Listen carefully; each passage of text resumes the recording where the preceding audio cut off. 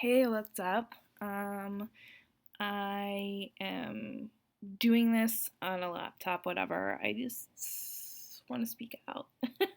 No makeup, whatever. You can see my prednisone face. Um, yeah, so I feel bad that I've been neglecting this channel, but it was kind of because I was trying to just live life and get back to work. But I wanted to talk about an important topic and just relate to people out there. And that's just part of one of the side effects with prednisone. I thankfully am starting to taper off, but that makes it messes with your emotions. And I'd missed a dose last week, and ended up being both rageful and sobbing in the same day. And you're crazy. And speaking explicitly just about prednisone rage, I just wanted to reach out to others who go through it and just say, I guess a couple things of one, it's okay. You're not alone. It sucks to feel crazy and to just kind of react, and all you can really do is try to be as aware of it.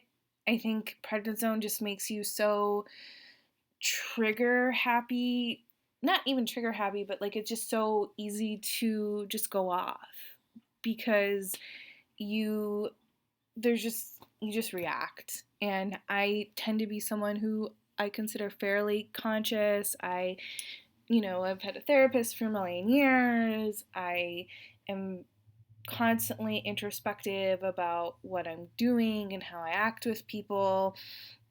And that's not to say I don't misstep or anything. But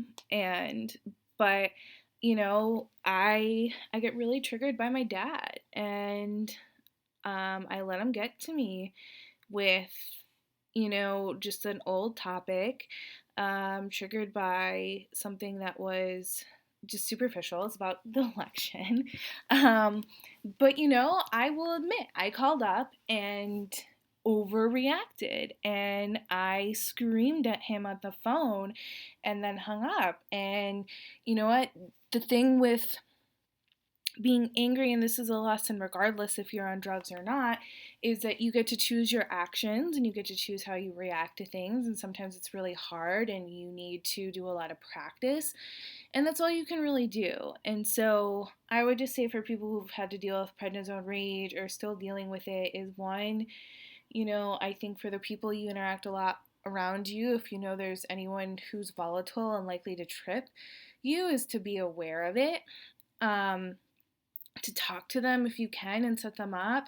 And in the moments when the adrenaline has left your body and the cortisone and stuff, is to be able to come to them and apologize. And like, I ultimately will need to apologize to my dad. I'm still upset about some of the things he said to me, and it's a difficult relationship just in and of itself. I've had these moments outside of being steroid induced. But I'm grateful that I'm at least coming off the steroids, but it's hard, and you have to forgive yourself too. I know that's really cliche and like, oh, self love and whatever, but it's true. Like, you got to give yourself a little bit of a break. I think try to be self aware in the moments when you can. Try to avoid the situations you know might set yourself off. And then if you're acting really crazy, I think that it means a lot to those around you and who you're interacting with to later come back and say, you know what? Blame the drug. Like, and maybe I can't speak for everyone. Maybe some of it's the drug and some of it's not, but we can always all work to better ourselves regardless. And it is a work in progress, obviously, for anyone difficult in your life. And when you add any substance, I mean, steroids, to the mix, it doesn't help. And to catch yourself. And so anyhow, really just kind of a shout out to dealing with prednisone rage. And it does, some people unfortunately might have to be on prednisone for long periods of time. And all I can say is be gentle with yourself, set people up around you to know, especially if you're changing your dosage to know that, and when you are going through dosage changes, to remember that you're going to just be more vulnerable to emotional ups and downs. I mean, as much as I've yelled and screamed, I've also sobbed and cried, and I like laid on the floor like hugging my dog who was like trying to like calm me down, and then like crying that he was such a good dog. And so it's like it's crazy.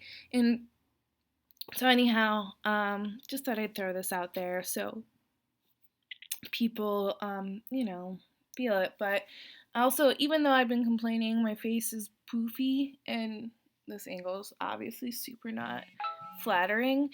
I